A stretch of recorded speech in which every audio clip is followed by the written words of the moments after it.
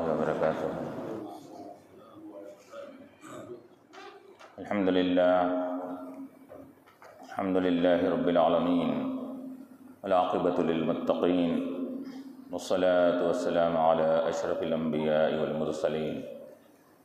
وعلى آله الطيبين الطاهرين وأصحابه الأكرمين الأفضلين ومن تبعهم بإحسان إلى يوم الدين. أما بعد، فقد قال الله تبارك وتعالى في القرآن المجيد والفرقان الحميد: أعوذ بالله من الشيطان الرجيم، بسم الله الرحمن الرحيم. إذ أخرجه الذين كفروا ثاني اثنين إذ هما في الغار إذ يقول لصاحبه لا تحزن إن الله معنا. صدق الله العلي العظيم. قال تعالى في مقام آخر في شان حبيبه الكريم: إن الله وملائكته يصلون على النبي يا أيها الذين آمنوا صلوا عليه وسلموا تسليما.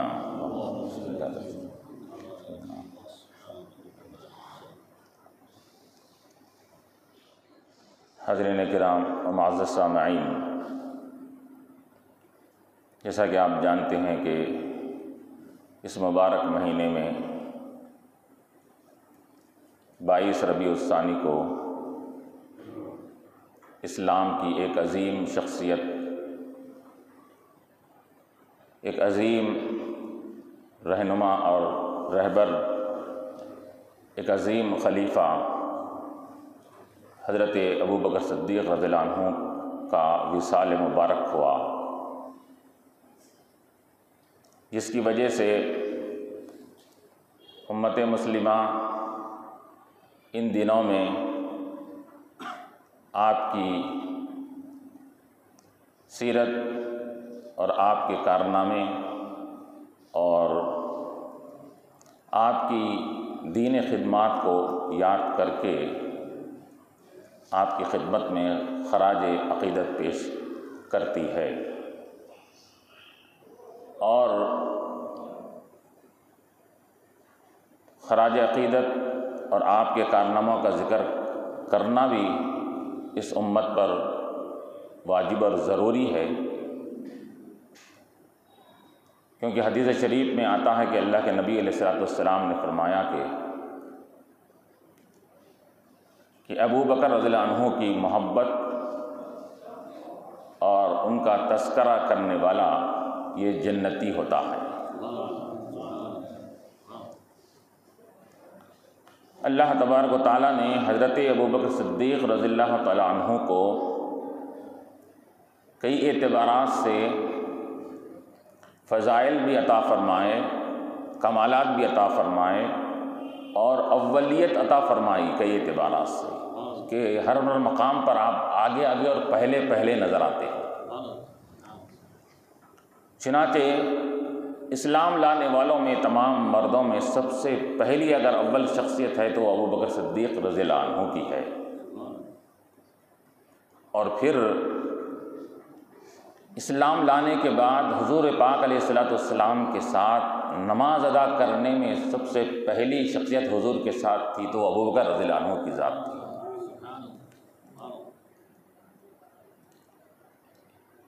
خلیفہ اسلام کے جو 4 خلفاء ہیں، ان خلفاء میں سب سے پہلے اولیت اگر آپ کسی کو حاصل ہے تو وہ حضرت ابوبکر رضی اللہ تعالیٰ عنہ کو حاصل ہے۔ اول خلیفۃ بعد رسول اللہ صلی اللہ علیہ وسلم، یہ آپ اللہ کے رسول کے بعد سب سے پہلے خلیفہ ہوئے، اور پھر یہی نہیں بلکہ حضور کی صحبت میں اول، رفاقت میں اول، آپ کا ساتھ دینے میں اول، جبکہ ابھی حضور پاک علیہ السلام نے ابھی اعلان نبوت نہیں فرمائی تھی۔ روایتوں میں، تاریخ میں آتا ہے کہ بچپن سے حضور پاک علیہ السلام کے یہ ساتھ رہتے تھے، بلکہ حضور علیہ السلام سے یہ اپنی دوستانہ تعلقات رکھتے تھے ابتدا سے۔ چنانچہ تاریخ کی کتابوں میں بتاتا ہے کہ حضور علیہ السلام کے ساتھ جو آپ رہا کرتے تھے حضر میں، سفر میں، بلکہ حضور اگر تجارت کو جا رہے ہیں نبوت سے پہلے تو آپ بھی ان کے ساتھ جایا کرتے تھے۔ تو یہ ابتدا ہی سے ابو بکر رضی اللہ عنہ کا خصوصی تعلق، نسبت، لگاؤ حضور پاک علیہ الصلوۃ والسلام سے رہا ہے۔ اکثر و بیشتر صحابہ کو ایمان لانے کے بعد تعلقات پیدا ہوئے، اور حضرت ابو بکر صدیق رضی اللہ عنہ کو ابھی ایمان کا اور اسلام کا اظہار نہیں کیا گیا، نبوت کا اظہار نہیں کیا گیا۔ اس وقت سے آپ نے بے لوث حضور پاک علیہ الصلوۃ والسلام کی صحبت بھی اختیار کی اور آپ کے اوپر اپنی جان نثاری بھی فرمائی۔ اسی وجہ سے ہم کیا دیکھتے ہیں کہ اللہ تعالیٰ نے ان کو ایک منفرد مقام عطا فرمایا، ایک انوکھی شان عطا فرمائی کہ افضل البشر بعد الانبیاء بالتحقیق، کہ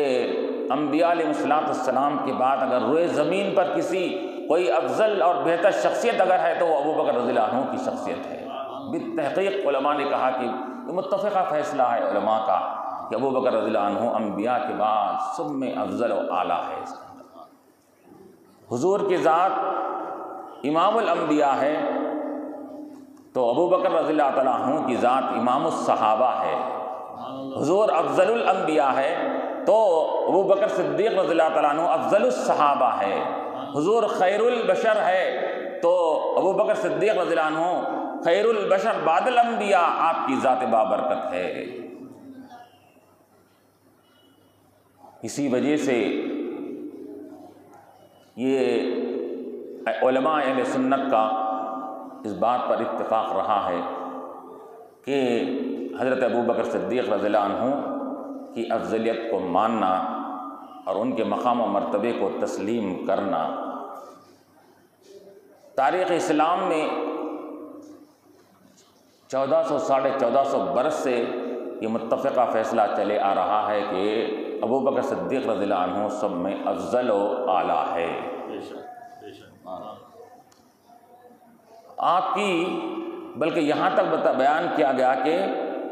آپ کی افضلیت، فضیلت اور سب میں بہتر ہونا یہ اہل سنت الجماعت کی علامت، نشانی، پہچان ہے۔ احناف کا قول، امام اعظم رحمۃ اللہ علیہ کا قول ہے کہ ہم میں اور شیعہ میں، رافضیوں میں پہچان اور علامت کیا ہے؟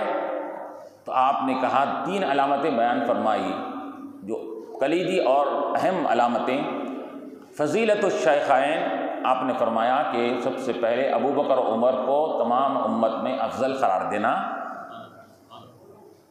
وحب الختنین، اور عثمان و علی رضی اللہ عنہما کو دل و جان سے محبت کرنا، اور پھر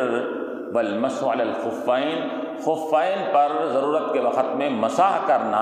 یہ 3 علامتیں ایسی ہے جس کو شیعہ حضرات نہیں مانتے، تو امام اعظم فرماتے ہیں کہ ان تینوں کو ماننا یہ اہل سنت جماعت کی علامت بھی ہے، شعار بھی ہے۔ اور چنانچہ اسی عقیدے پر آج تک چلے آ رہے ہیں تمام ہمارے اسلاف، خواہ اس کے اندر صحابہ کرام کی جماعت ہو یا اس کے بعد تابعین، طبع تابعین، ائمہ اربعہ، امام اعظم، امام شافعی، دیگر ائمہ کرام، غوث اعظم دستگیر رضی اللہ تعالیٰ عنہ، مجدد الف ثانی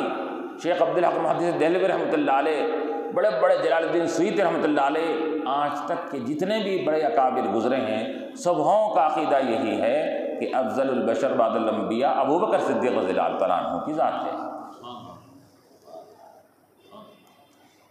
اور چنانچہ ہم کو یہ بات کہ علماء نے اتفاق کیوں کیا، روایتوں کی وجہ سے، کہ ابو بکر رضی اللہ عنہ کی شان میں جو احادیث کریمہ ہم کو ملتی ہیں، سینکڑوں احادیث آپ کی شان میں ملتی ہیں، بلکہ یہاں تک کہ بعض لوگ بعض اعتبارات سے حضرت علی رضی اللہ عنہ کو افضل قرار دینے کی کوشش کرتے ہیں اور کہتے ہیں کہ یہ خلیفہ اول ابو بکر رضی اللہ عنہ ہے، لیکن آپ کا خلیفہ اول ہونا حضرت علی رضی اللہ عنہ کی افضلیت کے منافی نہیں ہے، خلاف نہیں ہے، یہ کہہ کر حضرت علی کو فضیلت دینے کے لیے وہ ایک ناکام کوشش کرتے ہیں اور اس قسم کا عقیدہ لوگوں کے سامنے ظاہر کرنے کی کوشش کرتے ہیں، جبکہ حضرت علی رضی اللہ تعالیٰ عنہ کے کئی ایک فرامین ہم کو ملتے ہیں کہ آپ سے جب پوچھا گیا کہ حضرت محمد بن حنفیہ جو آپ کے صاحبزادے ہیں، انہوں نے سوال کیا کہ ای الناس افضل بعد الانبیاء، اے بجان بتائیے کہ انبیاء کے بعد سب لوگوں میں کون افضل ہے؟ تو حضرت علی رضی اللہ عنہ نے پہلے فرمایا ابو بکر افضل ہے۔ پھر کہا کہ اس کے بعد کون ہے؟ آپ نے کہا کہ حضرت عمر رضی اللہ تعالیٰ عنہ۔ پھر کہا اس کے بعد کون ہے؟ آپ نے کہا حضرت عثمان رضی اللہ تعالیٰ عنہ۔ پھر کہا کہ اس کے بعد کون ہے؟ آپ کا مقام اس کے بعد تو ہوگا، تو آپ نے کہا کہ لیکن حالانکہ آپ کا مقام یقیناً چوتھا مقام آپ کا ہے، ہر اعتبار سے بلند و بالا ہے، لیکن آپ نے عاجزی انکساری کے طور پر فرمایا نہیں میں تو ایک عام مسلمانوں کی طرح ہوں۔ کیوں؟ کوئی بھی اپنے مقام و مرتبے کو ظاہر نہیں کرتا۔ امت مسلمہ نے، ہمارے اکابر نے یہ فیصلہ کیا ہے کہ یہ چاروں خلیفہ جو بالترتیب آئے ہیں، فضیلت اور مقام و مرتبے میں بھی ان کا یہی ترتیب باقی رکھنی چاہیے اس کے اندر۔ اور پھر حضرت علی رضی اللہ تعالیٰ عنہ نے یہاں تک فرمایا کہ روئے زمین پر جن مخلوق پر انبیاء کے بعد سورج نکلتا ہے تو ان سب میں افضل ذات اگر کسی کی ہے تو ابو بکر کی ذات ہے۔ اور حضرت علی رضی اللہ تعالیٰ عنہ نے یہ بھی کہا کہ میں ہر معاملے میں یہ چاہتا تھا کہ ابو بکر پر سبقت حاصل کروں، لیکن میں اس میں ناکام رہا۔ جب کبھی سبقت کرنے کی کوشش کرتا، مجھ سے پہلے ابو بکر اس معاملے میں سبقت کر چکے ہوتے تھے۔ تو یہ حضرت علی رضی اللہ تعالیٰ عنہ کے اقوال مبارکہ ہیں۔ اور حضرت عبداللہ بن عمر رضی اللہ تعالیٰ عنہ، حضرت عمر کے صاحبزادے فرماتے ہیں کہ لا نعدل من الصحابۃ احدا، کہ ہم لا نعدل ابا بکر من الصحابۃ احدا، کہ صحابہ میں ہم کسی کو بھی ابو بکر کے ہم پلہ نہیں سمجھتے تھے۔ سب سے افضل و اعلیٰ اگر ہے تو ابو بکر کی ذات ہے۔ ابو بکر کے مقابلے میں ابو بکر کے قائم مقام یا ابو بکر کی طرح یا ان کے درجے میں برابری یہ ہم کسی کو بھی نہیں سمجھتے تھے۔ ہم یہ سمجھتے تھے کہ ابو بکر سب سے افضل و اعلیٰ ہے۔ عبداللہ بن عمر رضی اللہ عنہ فرما رہے ہیں۔ تو یہ صحابہ کا بھی عقیدہ رہا ہے، اور تابعین اور طبع تابعین تمام اکابر اسلام کا یہی ان کا عقیدہ رہا ہے۔ کیونکہ اللہ تبارک و تعالیٰ نے حضرت ابوبکر صدیق رضی اللہ تعالیٰ عنہ کو جو مقام و مرتبہ عطا فرمایا، اور اللہ کے نبی علیہ الصلوۃ والسلام نے واضح انداز میں آپ کی افضلیت کا اور واضح انداز میں آپ کے بعد خلیفہ ہونے کا یہ اظہار نہیں فرمایا، لیکن اشارے کنائے ایسے دیے اللہ کے نبی علیہ الصلوۃ والسلام نے جس سے اندازہ ہوتا ہے کہ حضور کے بعد افضل و اعلیٰ ابو بکر ہے، اور خلافت کے بھی مستحق ابو بکر رضی اللہ تعالیٰ عنہ ہے۔ چنانچہ حضور پاک علیہ الصلوۃ والسلام نے ایک مرتبہ فرمایا کہ جس قوم میں ابو بکر رہیں تو اس میں ابو بکر کے علاوہ کوئی امامت کے لائق نہیں ہے، کوئی امامت نہیں کر سکتا۔ ابو بکر جب ہے اگر قوم میں تو کوئی دوسرا امامت نہیں کر سکتا۔ تو حضور پاک علیہ الصلوۃ والسلام نے فرما دیا کہ قوم میں ابو بکر رہتے ہوئے دوسرا امام نہیں بن سکتا۔ تو امام کون ہوتا ہے؟ امام وہ ہوتا ہے جو سب میں افضل و اعلیٰ ہوتا ہے، علم میں، فضل میں، تقوی میں، اسی کو امام بنایا جاتا ہے۔ تو جب ابو بکر کے رہتے ہوئے کوئی دوسری امامت نہ کرے، اللہ کے نبی علیہ الصلوۃ والسلام نے فرما دیا اس کو۔ اور پھر ایک خاتون حضور پاک علیہ الصلوۃ والسلام کی خدمت میں حاضر ہوئی، حضور نے کچھ معروضے پیش کیے، اور اس کے بعد اللہ کے نبی علیہ الصلوۃ والسلام نے فرمایا کہ تم پھر بعد میں آنا، ہم تمہارے معروضوں کے تعلق سے ہم پورا کریں گے، سوچیں گے۔ تو اس خاتون نے کہا کہ اللہ کے نبی علیہ الصلوۃ والسلام، اگر میں دوبارہ آؤں اور آپ دنیا میں ظاہری طور پر اگر بقید حیات نہ رہیں، پردہ فرما لیں، تو پھر میں کس کے پاس جاؤں؟ تو حضور پاک علیہ الصلوۃ والسلام نے فرمایا کہ اگر تم آؤ مجھے نہ پاؤ تو ابو بکر کے پاس جانا۔ تو ابو بکر کی طرف اشارہ کر کے حضور نے فرما دیا کہ میرے بعد ابو بکر افضل ہے، امامت کے بھی افضل ہے، خلافت کے بھی افضل ہے۔ اور پھر اسی وجہ سے روایتوں میں کیا آتا ہے کہ اللہ کے نبی علیہ الصلوۃ والسلام نے اپنے مرض الموت میں جب آپ آخر وقت میں بیمار ہو گئے، 3-4 روز تک آپ امامت کے لیے آپ نہیں آ سکے، تو آپ نے ابو بکر رضی اللہ عنہ کو امامت کے لیے منتخب فرمایا اور کہا کہ ابو بکر سے کہو کہ وہ نمازیں پڑھائیں لوگوں کو۔ حضرت عائشہ صدیقہ رضی اللہ عنہا نے کہا کہ چونکہ ابو بکر رضی اللہ عنہ رقیق القلب ہے، ان کے اندر رقت قلبی پائی جاتی ہے، دل نرم ہے ان کا، حضور کے مصلی پر ٹھہریں گے تو وہ بے چین ہو جائیں گے، تو آپ نے کہا کہ حضرت عمر سے کہو کہ نماز پڑھائیں۔ تو حضور پاک علیہ الصلوۃ والسلام جلال میں آگے آپ نے کہا کہ میں کہہ رہا ہوں ابو بکر کو نماز پڑھانے کے لیے اور تم دوسروں کے بارے میں کہتے ہو۔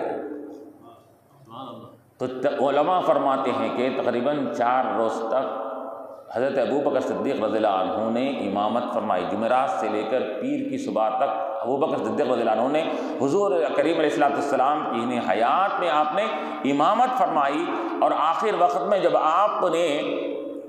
کچھ افاقہ ہوا بیماری سے تو حضور پاک علیہ الصلوۃ والسلام اپنے حجر مبارک میں سے باہر دروازہ کھول کر باہر جھانکے تو کیا دیکھتے ہیں اس کے اندر کہ تمام صحابہ جماعت سے نماز پڑھ رہے ہیں، ابو بکر ان کے امام ہے، نماز پڑھا رہے ہیں۔ تو یہ دیکھنا تھا، حضور پاک علیہ الصلوۃ والسلام مسکراتے ہیں، خوش ہو جاتے ہیں کہ میرے بعد امامت کا یہ مصلح امامت ہو یا خلافت کا معاملہ ہو سنبھالنے والا یہ ابو بکر صدیق رضی اللہ عنہ ہے، تو اس پہ اب خوشی کا اظہار فرماتے ہوئے آپ اندر تشریف لے آتے ہیں۔ بلکہ روایتوں میں آتا ہے کہ حضور جب حجر مبارک کا دروازہ کھولتے ہیں تو صحابہ کرام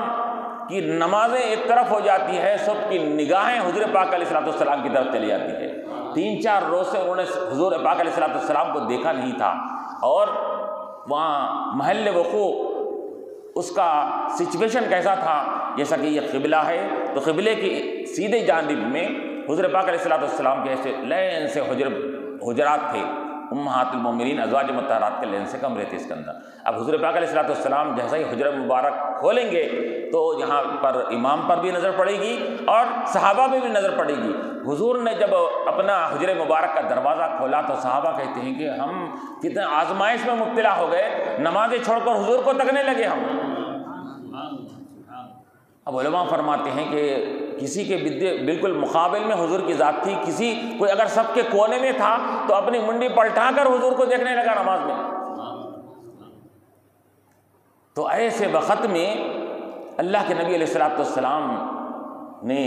حضرت ابو بکر صدیق رضی اللہ عنہ کی امامت کو دیکھا اور آپ خوشی کا اظہار کرتے ہوئے آپ اندر تشریف لے گئے۔ تو علماء فرماتے ہیں کہ حضور پاک علیہ الصلوۃ والسلام کا ان کی امامت سے خوش ہو جانا اس بات کی دلالت ہے کہ حضور کے بعد آپ ہی سب سے پہلے خلیفہ ہونے والے ہیں۔ اسی وجہ سے ہم کیا دیکھتے ہیں کہ حضرت ابو بکر صدیق رضی اللہ عنہ کے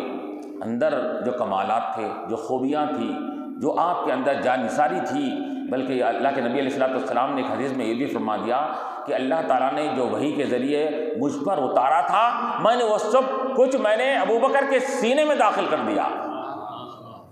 وحی کا علم جو مجھے اللہ نے عطا فرمایا تھا وہ پورا ابو بکر کے سینے میں نے ڈال دیا۔ تب جس کا سینہ گنجینہ علم نبوت ہو، علم نبوت کا خزانہ بنے جس کا سینہ، تو اس کے مقام و مرتبے کا کون اندازہ لگا سکتے ہیں۔ اسی وجہ سے علماء نے وَسَيُجَنَّبُهَا الْأَتْقَى یہ سورہ لیل کی اس آیت سے استدلال کرتے ہیں۔ اکثر مفسرین نے اس پر اتفاق کیا کہ اتقیٰ سے مراد یہاں پر کون ہے؟ سب سے زیادہ اللہ سے ڈرنے والا اتقیٰ کہتے ہیں، متقی سے بنا یہ اتقیٰ۔ اتقیٰ کسے کہتے ہیں؟ سب سے زیادہ اللہ سے ڈرنے والا۔ یہ اتقیٰ سے مراد مفسرین لکھتے ہیں کہ اس سے مراد ابو بکر صدیق رضی اللہ عنہ کی ذات ہے۔ سب سے زیادہ انبیاء کے بعد ڈرنے والی ذات کون ہے؟ ابو بکر رضی اللہ تعالیٰ عنہ کی ذات ہے۔ اور علماء نے کہا کہ یہ تقوی اور خوف یہ انسان کو جتنا علم ہوگا علم کے اعتبار سے تقوی میں اضافہ ہوتا ہے، معرفت جتنی ہوگی تقوی میں اضافہ ہوگا اس کے اندر۔ اللہ کی معرفت جتنی رہے گی اتنا اس کے اعتبار سے اس کا تقویٰ آئے گا۔ تو سب سے زیادہ اللہ کی معرفت، اللہ اس کے رسول کی معرفت ابو بکر کو تھی، اس وجہ سے سب سے زیادہ تقویٰ پرہیزگاری آپ کے اندر پائی جاتی ہے۔ وَسَيُجَنَّبُهَا الْأَتْقَى، کہ وہ جہنم سے بچایا جائے گا، کس کو؟ اس اتقا کو۔ تو علماء فرماتے ہیں اتقا سے مراد ابو بکر رضی اللہ عنہ ہے، کہ اللہ تعالیٰ اشارہ فرما رہا ہے کہ جہنم سے کون بچے گا، کہ یہ ابو بکر کو جہنم سے بچایا جائے گا۔ اس کے اندر ایک خوشخبری سنائی جا رہی ہے۔ الذی یؤتی مالہ یتزکا، وہ اتقا، وہ متقی پرہیزگار شخص جس نے اپنے مال کو، یؤتی مالہ، اپنے مال کو اللہ کے لیے ادا کرتا ہے، دیتا ہے، یتزکا، تاکہ پاکی حاصل کرے، اور اپنے قلب کی صفائی کے لیے مال کو اللہ کے راہ میں لٹاتا ہے۔ تو یہاں اللہ تعالیٰ نے ابو بکر رضی اللہ عنہ کی دو صفتوں کو، ایک متقی بھی تھے اور مال کو اپنی اللہ کے راہ میں لٹانے والے بھی تھے، ذکر فرما رہا ہے، یؤتی مالہ یتزکا۔ چنانچہ علماء فرماتے ہیں کہ تاریخ میں آتا ہے کہ اس زمانے میں ابتدائے اسلام میں سب سے جو دولت مند اور مالدار لوگ تھے وہ کافروں میں امیہ ابن خلف تھا، بڑا دولت مند، اور مسلمانوں میں سب سے زیادہ دولت مند بولے تو ابوبکر صدیق رضی اللہ عنہ تھے۔ 40,000 دینار آپ کے پاس تھے، بتاتے ہیں آج کے زمانے میں لکھا جائے تو کروڑ پتی جس کو کہا جاتا ہے، اتنے پیسے ہوتے ہیں دینار، 40,000 دینار آپ کے پاس تھے۔ بہترین تاجر تھے، تجارت کرتے تھے، تجارت کے ذریعے آپ نے مال کو کمایا تھا۔ لیکن یہ 40,000 دینار جو آپ کے پاس تھے، تو علماء اور تاریخ بیان کرنے والوں نے بیان کیا کہ اپنا کل مال انہوں نے 40,000 دینار اللہ کی راہ میں لٹا دیا، انہوں نے کل کا کل مال اللہ کی راہ میں لٹا دیا۔ ابتدا میں تو آپ اپنا مال کس کے لیے؟ دین کے لیے، دین کی اشاعت کے لیے اس کے مال کو لٹاتے تھے۔ ساتھ میں ساتھ آپ جو لوگ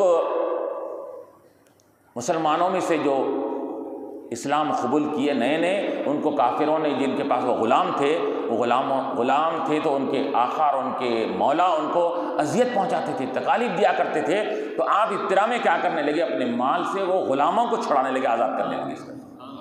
چنانچہ حضرت بلال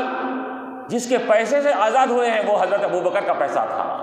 عامر بن فہیرہ ایک جلیل القدر حضور کے کو آپ نے عطا فرما دیا تھا، وہ غلام بھی حضرت ابو بکر صدیق رضی اللہ عنہ نے اپنے پیسے سے ان کو آزاد کیا۔ ایک مرتبہ اللہ کے نبی علیہ السلام گزر رہے ہیں، وہ امیہ ابن خلف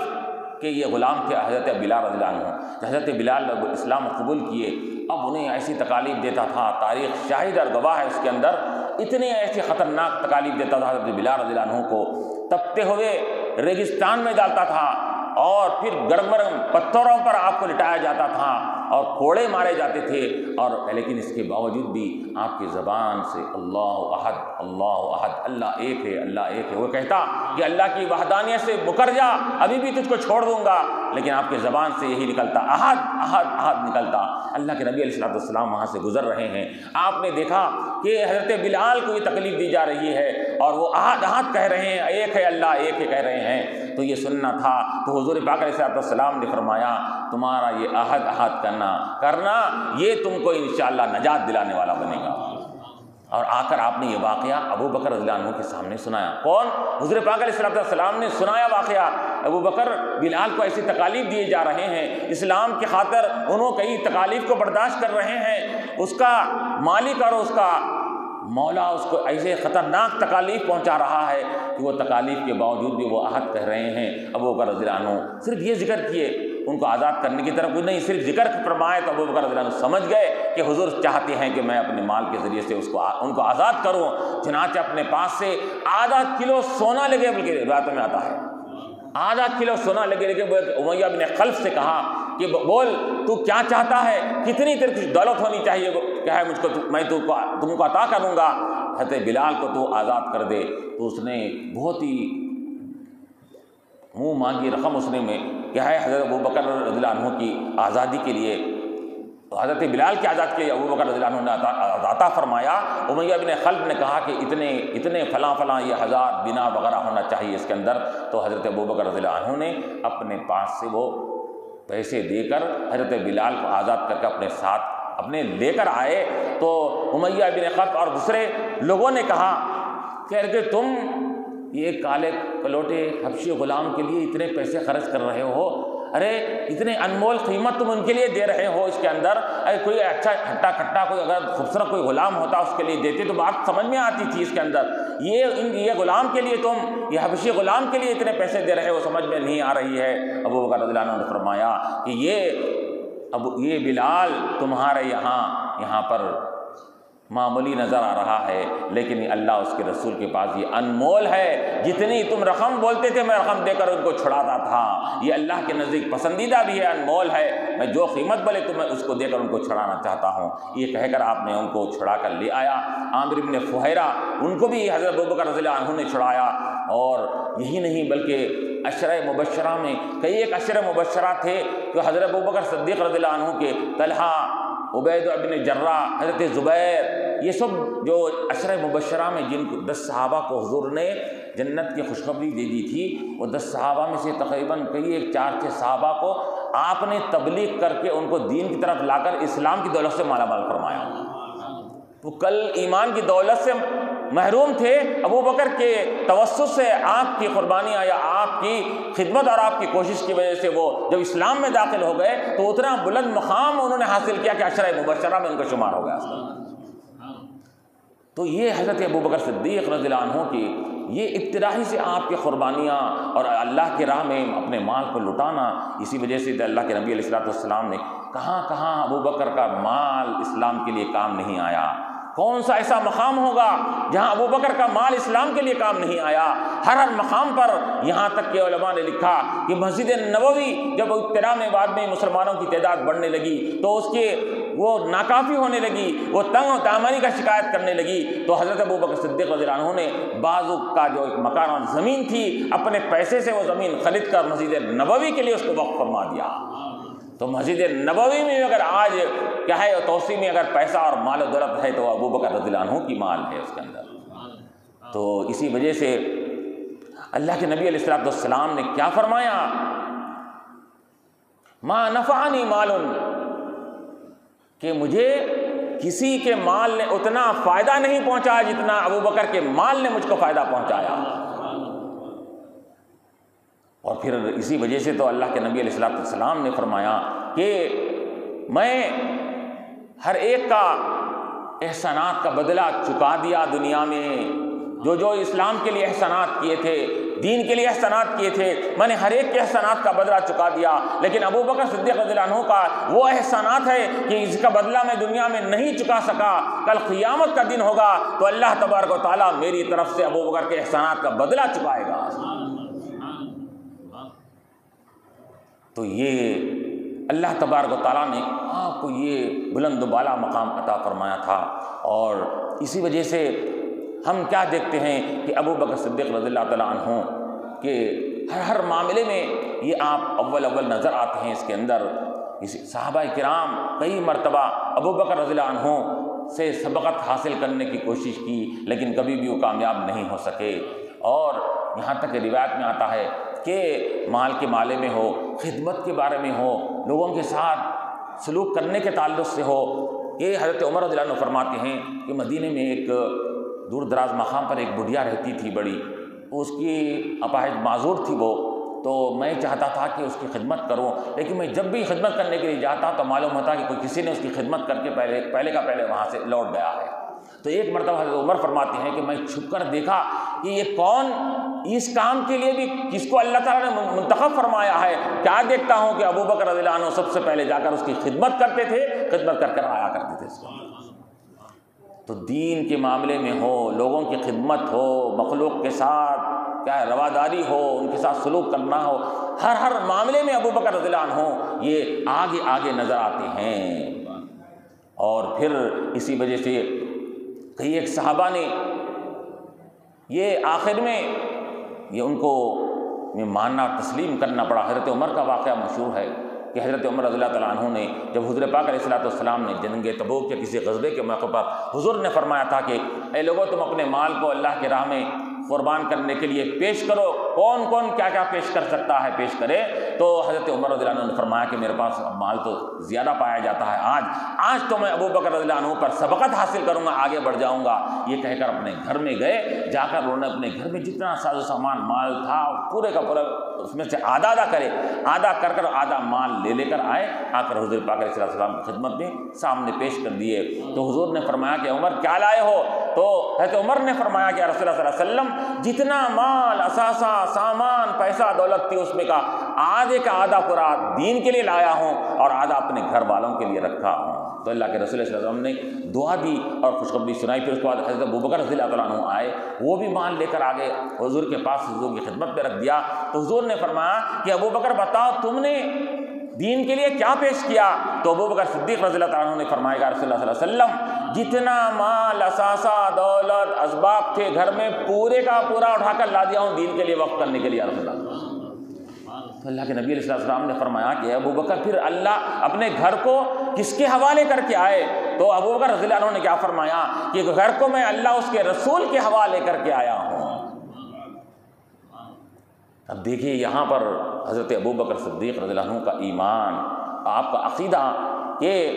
اب کوئی یہ کہے کہ ہمارے گھر کا نگران اللہ اس کا رسول ہے، ارے شرک ہو جاتا ہے، ایسی بات نہیں، اللہ نگرانی کرنے والا ہے، اللہ دیکھ بھالی کرنے والا ہے، تو اللہ کے ساتھ رسول کو شریک کرتے ہیں، یہ شرک ہو جاتا ہے، کرنے والا اللہ کی ذات ہے۔ تو ابو بکر رضی اللہ عنہ سے پوچھو کہ جب گھر کا دیکھنے والا اللہ تھا تو انہوں نے اللہ کے ساتھ رسول کا بھی نام ہی تو لیا انہوں نے،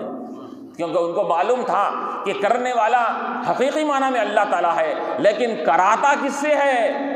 کرتا وہ ہے، کراتا نبی سے ہے۔ ان کو یہ بات معلوم تھی تو اس وجہ سے انہوں نے کہا کہ میرے گھر کو میں نے اللہ اس کے رسول کے حوالے کر کے آیا ہوں۔ اور پھر تو یہ معاملہ حضرت عمر رضی اللہ عنہ کی قربانیاں کیسی تھی، لیکن اس کے باوجود بھی آپ نے اب یہ معاملہ جب ہو گیا تو حضرت عمر رضی اللہ عنہ نے کیا کہا کہ اس کے بعد سے میں نے یہ سوچ لیا کہ اب ابو بکر رضی اللہ عنہ کا مقابلہ میں کبھی بھی نہیں کر سکتے، کبھی بھی ان کے مقابلے میں کامیابی حاصل نہیں کر سکتے۔ آج موقع تھا، میں سمجھ رہا تھا کہ آج ان پر سبقت کر جاؤں گا، لیکن آج بھی سبقت نہیں کر سکا تو معلوم ہوا کہ میں ان پر سبقت کبھی بھی حاصل نہیں کر سکوں گا۔ کون عمر؟ وہ عمر رضی اللہ تعالیٰ عنہ کہ جن کے بارے میں حضور پاک علیہ السلام کیا فرماتے ہیں؟ چاندنی رات ہے، آسمان پہ تاروں کی جھرمٹ ہے، پورے ستارے آسمان پر چمک رہے ہیں، اور حضرت عائشہ رضی اللہ عنہا کے گود مبارک میں حضور پاک علیہ السلام آرام فرما رہے ہیں۔ حضرت عائشہ رضی اللہ تعالیٰ عنہ سوال کرتی ہے، اے یا نبی علیہ السلام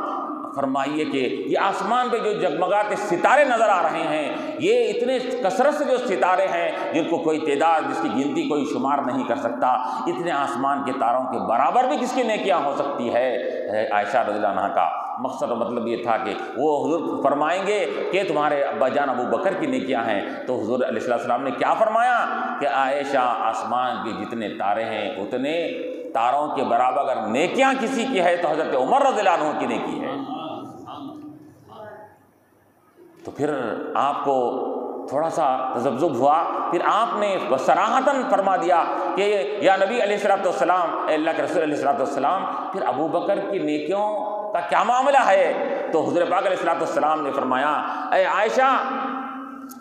ابو بکر رضی اللہ عنہ کی وہ رات کی نیکی جو انہوں نے غار ثور میں میرے ساتھ نیکی کی تھی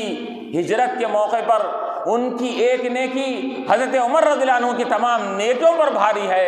ایک طرف نیکی ابو بکر کی اس نیکی کو رکھو، دوسری طرف عمر رضی اللہ عنہ کی تمام آسمان کے برابر تاروں کے برابر نیکیوں کو رکھو، تو حضرت ابو بکر کی ایک نیکی کا پلڑا بھاری ہو جائے گا، عمر کی نیکیاں کا پلڑا نیچے ہو جائے گا۔ ایک نیکی آسمانوں کے تاروں کو پیچھے کر دے تو پھر زندگی بھر جس نے نیکیاں ہی نیکیاں کی ہو تو اس کی نیکیوں کا کون شمار کر سکتا ہے؟ چنانچہ یہ جو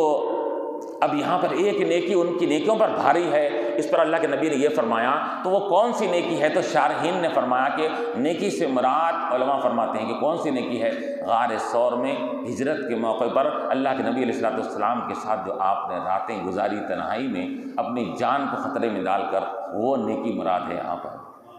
تو علماء فرماتے ہیں کہ یہاں پر نیکیوں کے مقابلے میں نیکیاں ہوں تو عبادت ہونا، روزے ہونا، خیرات ہونا، صدقات ہونا، زکوٰۃ ہونا، فلاح ہونا، وہاں پر کچھ بھی نہیں ہے۔ صرف اللہ کے نبی علیہ السلام کے اوپر جان نثاری اور اللہ کے نبی علیہ السلام کی جان کی حفاظت فرمانا، یہ آپ کی نیکی تھی۔ اس کے اندر غار ثور میں رہ کر آپ نے حضور کے ساتھ آپ کی جان کی حفاظت کے لیے آپ وہاں پر حتی الامکان کوشش کیے، تو یہ ایک نیکی جو نہ نمازوں سے اس کا تعلق ہے، نہ روزوں سے اس کا تعلق ہے، لیکن یہ تعلق نبی سے اس کا تعلق، اس نیکی کا تعلق ہے، تو وہ تعلق والی نبی سے تعلق رکھنے والی وہ نیکی کا یہ معاملہ ہو گیا کہ حضرت عمر کے زندگی بھر کے نمازیں، روزے، زکوٰۃ، خیرات ایک طرف ہو گئی، غار ثور کی ایک نیکی ابو بکر کی سب نیکیوں پر بھاری ہو گئی۔ اس کے اندر چنانچہ وہ غار ثور کا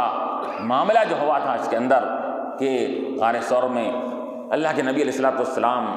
جب آپ کو حکم دیا گیا تھا، ہجرت کے لیے حکم دیا گیا کہ آپ یہاں سے ہجرت کر کے مدینہ منورہ کو تشریف لے جائیں، تو روایت میں آتا ہے کہ بعض صحابہ چوری چھپے آہستہ آہستہ ہجرت کر کے جا رہے تھے مدینے کو، لیکن حضرت ابو بکر رضی اللہ عنہ بھی یہ طاق میں تھے، انتظار میں تھے کہ ہم کو کب ہجرت کرنا پڑتا ہے، اور حضور پاک علیہ السلام سے سوال کیا تو آپ نے کہا کہ اللہ کا بھی حکم نہیں آیا ہے، جب اللہ کا حکم آئے گا ہجرت کرنے کا تو اس وقت ہم ہجرت کریں گے۔ تو اب حضرت ابو بکر صدیق رضی اللہ عنہ کو یہ فکر تھی ہمیشہ کہ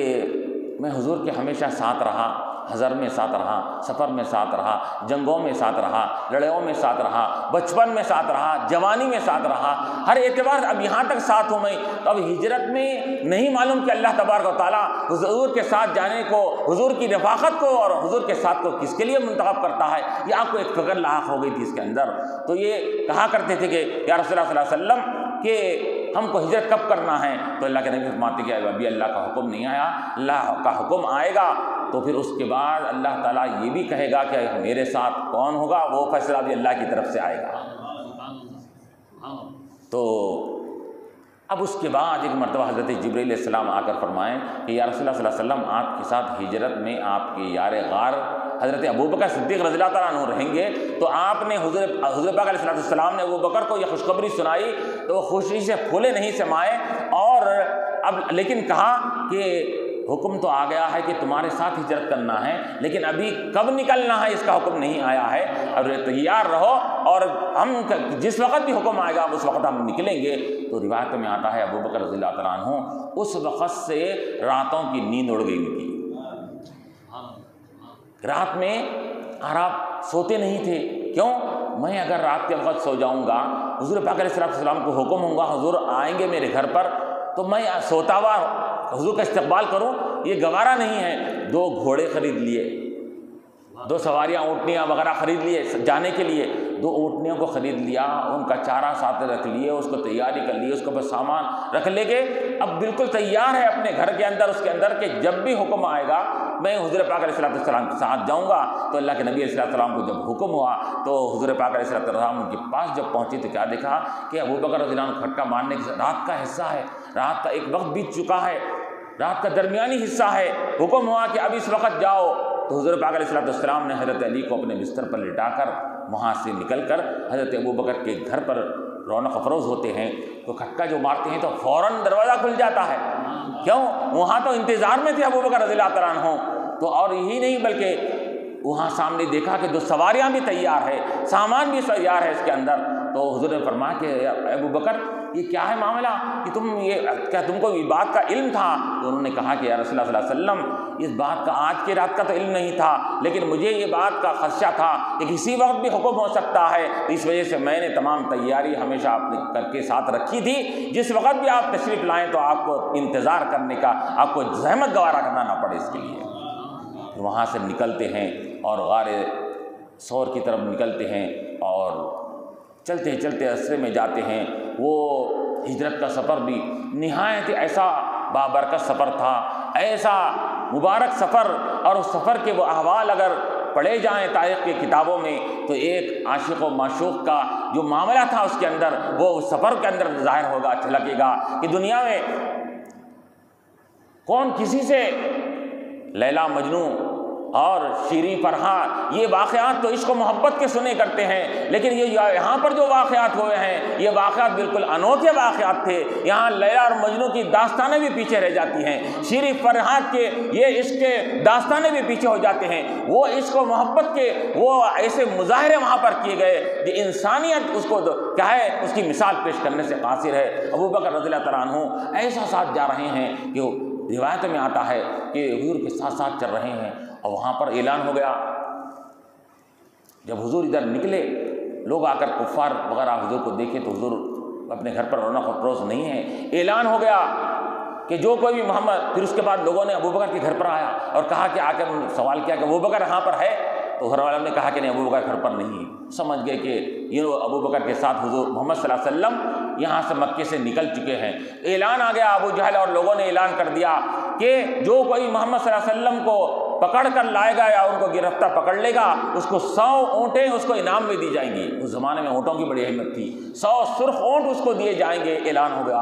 اب ادھر اعلان ہو گیا، ہر کوئی نکل رہا ہے، کس کے لیے 100 اونٹوں کی یہ لالچ میں ہر کوئی نکلا تلاش کرنے کے لیے۔ ادھر ابوبکر رضی اللہ عنہ یہ بھی سفر میں جا رہے ہیں، ابتدا میں چلتے چلتے چلتے ساتھ سفر طے ہو رہا ہے۔ ابوبکر رضی اللہ عنہ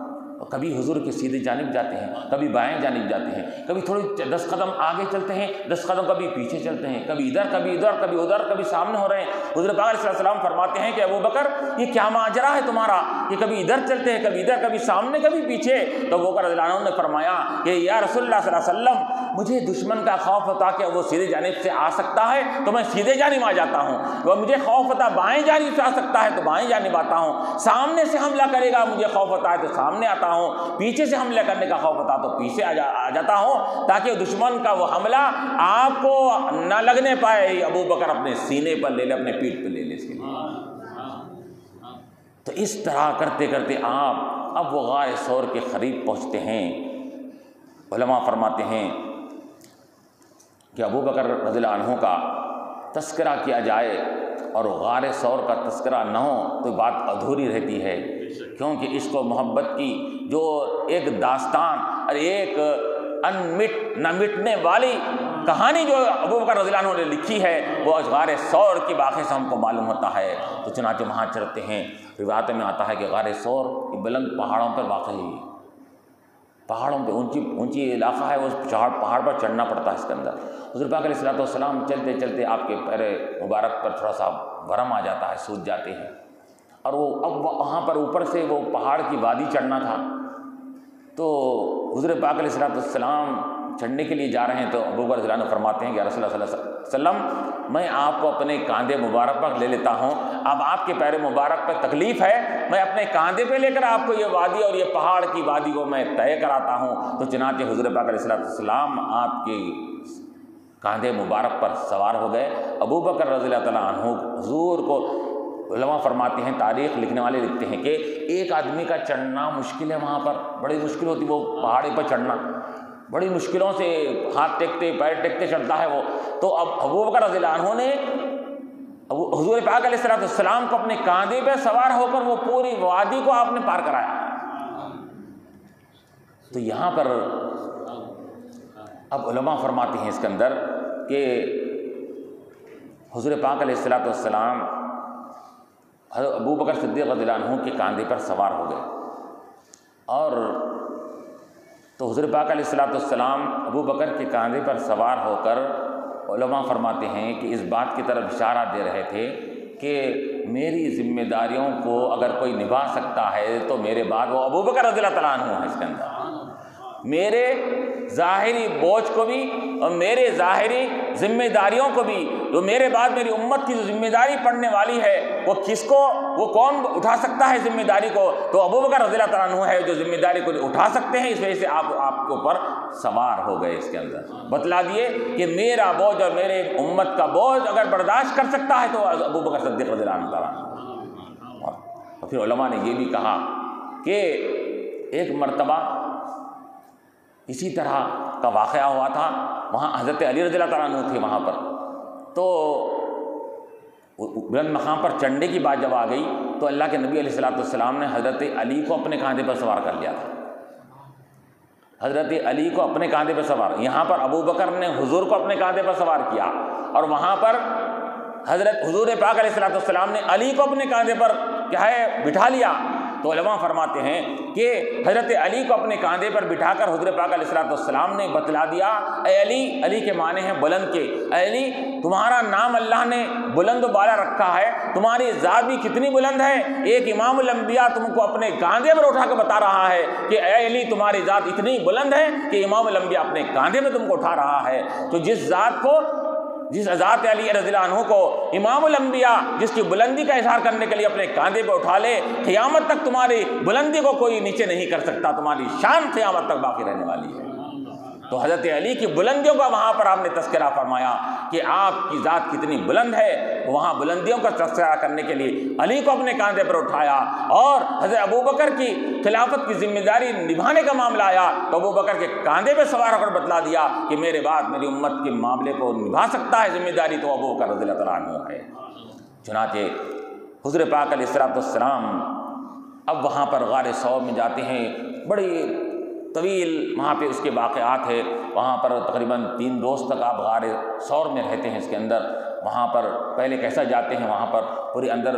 حضور اندر تشریف لے جانا چاہتے ہیں تو ابو بکر رضی اللہ عنہ کی محبت دیکھیے، وارفتگی دیکھیے، عشق و محبت دیکھیے، آپ فرماتے ہیں یا رسول اللہ صلی اللہ علیہ وسلم ابھی آپ اندر مت جائیے، وہ بڑا غار ہے، سوراخ ہے، نہ معلوم اس کے اندر کوئی کیڑے ہیں، مکوڑے ہیں، کوئی جانور ہے وغیرہ ہے، اس کے اندر میں پہلے جاتا ہوں، پہلے اس کو اچھی طرح صاف کرتا ہوں۔ آپ نے اپنے چادر مبارک کو پھاڑتے گئے، اس کو اندر صاف کرتے گئے اور پھر سوراخاں وغیرہ جو بھی تھے پورے سوراخوں کو آپ نے وہاں پر بند کر دیا، اپنے چادر مبارک کا ٹکڑا نکالتے پھاڑتے وہ سوراخ کو بند کرتے، ایک سوراخ کو بند کرتے، پورے اندر سے سوراخوں کو بند کر دیا، اور پھر اس کے بعد روایتوں میں آتا ہے کہ ایک سوراخ باقی رہ گیا، اب وہاں اس کو بند کرنے کے لیے کوئی کپڑا وغیرہ میسر نہیں تھا، تو آپ نے اپنے پیر مبارک کو اس سوراخ پر رکھ دیا، رکھ کر حضور علیہ السلام سے فرمایا کہ یا رسول اللہ صلی اللہ علیہ وسلم اب اندر آپ تشریف لائیے۔ حضور اندر تشریف لے جاتے ہیں، تشریف لے جانے کے بعد اب ایک لمبا طویل سفر تھا، اور اس سفر کی بڑی صعوبتیں مشقتیں برداشت کرتے ہوئے جب اندر گئے تو حضور بڑے تھکے ماندے ہو گئے، تو حضور پاک علیہ السلام نے ابو بکر کے مانڈی میں ابو بکر کی گود میں سر رکھ کر آپ آرام فرمائیں، آپ کو نیند لگ گئی اس کے اندر، اور ادھر وہاں پر ابو بکر رضی اللہ تعالیٰ عنہ غار ثور میں وہ بل کے پاس اپنے پیر لگائے ہوئے بیٹھے ہوئے ہیں، اور یہاں پر اللہ کے نبی علیہ السلام کو تھکے ماندے ہونے کی وجہ سے فوراً آپ کو نیند لگ گئی اور آپ آرام فرما رہے ہیں۔ اب علماء فرماتے ہیں یہاں پر کہ اب یہ ایک رات کا واقعہ نہیں تھا، ایسا کئی مرتبہ ہوا ہوں گا، 3 رات 3 دن وہ غار ثور میں گزرے ہیں، اس کے اندر ہے، تو کتنی مرتبہ ابو بکر کی گود میں حضور نے آرام کیا ہوں گا، اور اس وقت نبی کی ذات ہے کہ صدیق کی ذات، دونوں ہی ہے، کوئی تیسرا کوئی بھی نہیں ہے وہاں پر اس کے اندر، تو اور وہ بھی نبی علیہ السلام ایک عاشق ہے، ایک معشوق ہے، ایک محب ہے، ایک محبوب ہے، اور ایک جب محبت کرنے والے کے گود میں محبوب آرام کر رہا ہو تو پھر محبت کے کیا مزے لٹ سکتا ہے وہ۔ تو علماء فرماتے ہیں کہ ابو بکر رضی اللہ تعالیٰ عنہ نے حضور پاک علیہ السلام کا جو 3 دن کے اندر حضور کے قریب رہ کر جو حضور کے انوار و تجلیات کا جو دیدار فرمایا، مشاہدہ فرمایا ہے، وہ اس کا مقابلہ کوئی امت صحابہ میں سے ہو یا کوئی شخص اس کا مقابلہ نہیں کر سکتا، جو آپ نے وہاں پر حضور علیہ السلام کے چہرے مبارک کی جو زیارت لگاتار کرتے رہے 3 دن 3 رات تک، اور پھر وہاں پر جب چنانچہ پہلی مرتبہ جب آرام حضور پاک علیہ السلام کیے تو آپ نے کیا دیکھا کہ تھوڑی دیر ہو گئی آرام فرمائے، اب وہاں پر جو بل کے پاس آپ نے پیر رکھا تھا وہاں پر ایک سانپ بچھو یا سانپ، لوگوں نے علماء نے فرمایا کہ وہاں پر ایک سانپ کی بل تھی اس سوراخ کے اندر، وہ سانپ آ کر ابو بکر رضی اللہ عنہ کے پیر کو ڈس رہا تھا، لیکن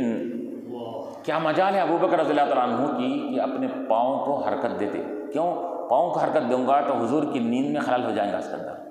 حضور بیدار ہو جائیں گے، حضور تھکے ماندے ہیں، میں پیر کو کیسا میں ہلاؤں، برداشت کرتے رہے، وہ ڈس پہ ڈس، ڈنگ پہ ڈنگ، ڈنگ پہ ڈنگ مارتا رہا وہ سانپ، آپ برداشت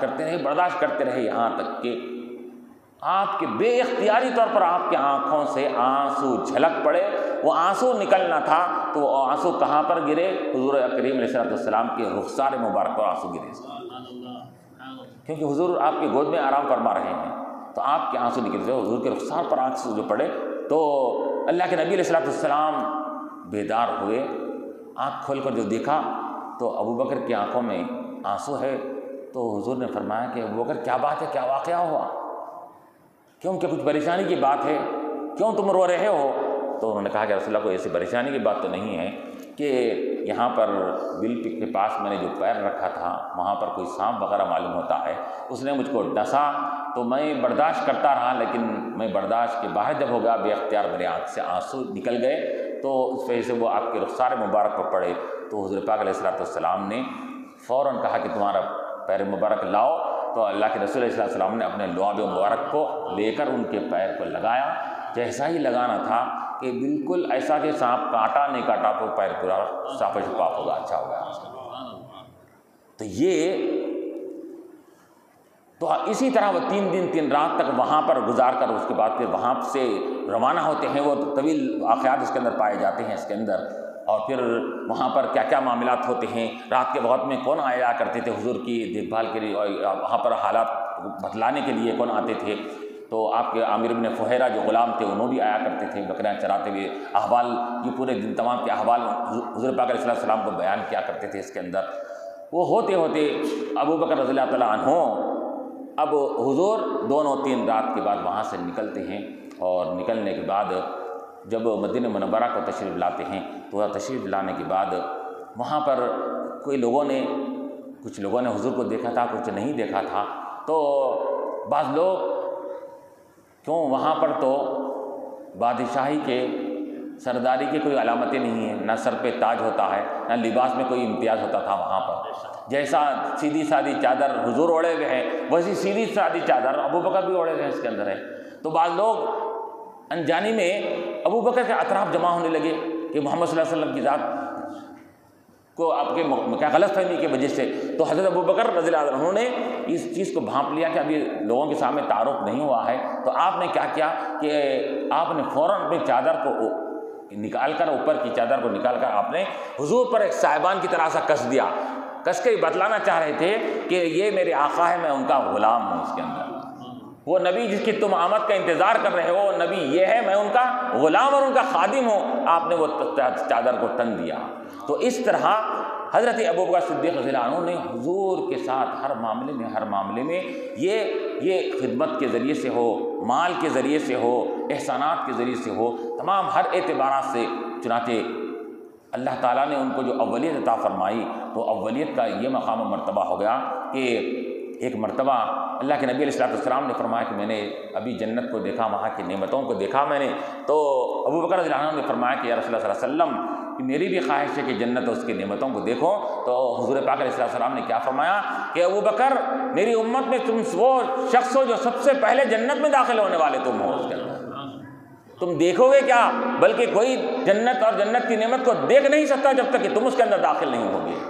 تو علماء فرماتے ہیں انبیاء کی بات سب سے پہلے کون داخل ہوں گے؟ ابو بکر صدیق رضی اللہ تعالیٰ عنہ جنت میں داخل ہوں گے اس کے اندر۔ تو حضور پاک علیہ السلام نے یہ آپ کی مقام و مرتبہ اور فضیلت کو آپ نے ظاہر فرما دیا، اور پھر یہ کہ جب آپ کی امامت کا جب خلافت کی بات آئی تو وہ بھی آپ نے پہلے ہی اشارہ فرما دیا تھا کہ میرے بعد خلیفہ کون ہونے والے ہیں، وہ حضرت ابو بکر صدیق رضی اللہ تعالیٰ عنہ ہونے والے ہیں، اور چنانچہ آپ حضور کے بعد آپ کو خلافت سے آپ کو پر معمول کیا گیا، اور سب علماء فرماتے ہیں کہ متفقہ طور پر آپ کو خلیفہ بنایا گیا، متفقہ طور پر سب صحابہ نے متفق ہو کر آپ کو خلیفہ بنایا حضور کے بعد۔ اور چنانچہ حضرت علی رضی اللہ عنہ نے تو یہ فرما دیا کہ اب لوگ کیا ہے نادانی یا کم علمی کی وجہ سے حضرت علی کو ابو بکر پر فضیلت دینا چاہتے ہیں، تو حضرت علی کے اقوال بے شمار یہاں پائے جاتے ہیں کہ وہ کہتے ہیں کہ ہم میں سب میں افضل ابو بکر رضی اللہ تعالیٰ عنہ ہیں۔ تو آپ فرماتے ہیں کہ جس ذات نے، اللہ کے نبی علیہ السلام نے جس کو ہمارے دینی معاملات میں ہمارا امام بنایا ہے، یعنی اپنے زندگی میں حضور نے ابو بکر کو امام بنا دیا، تو امامت کا ہونا دینی معاملہ ہے یہ، تو دینی معاملات میں جو جس کو امام بنا دیا ہے، تو پھر ہم دنیاوی معاملات میں اس کو امام کیوں نہیں مانیں گے؟ تو خلیفہ ہونا دنیاوی معاملات ہے،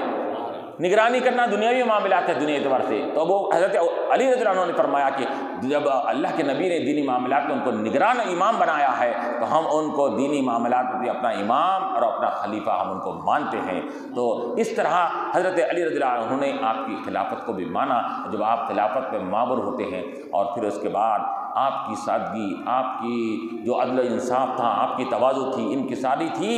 آپ کی سادگی کے تعلق سے آتا ہے کہ اتنے سادہ طبیعت، اتنے سادہ لباس، سادہ غذا آپ اختیار فرمایا کرتے تھے کہ کسی کو معلوم ہی نہیں ہوتا کہ یہ خلیفہ وقت ہے جو ایک تمام مسلمانوں کی نگرانی کر رہا ہے۔ بلکہ چنانچہ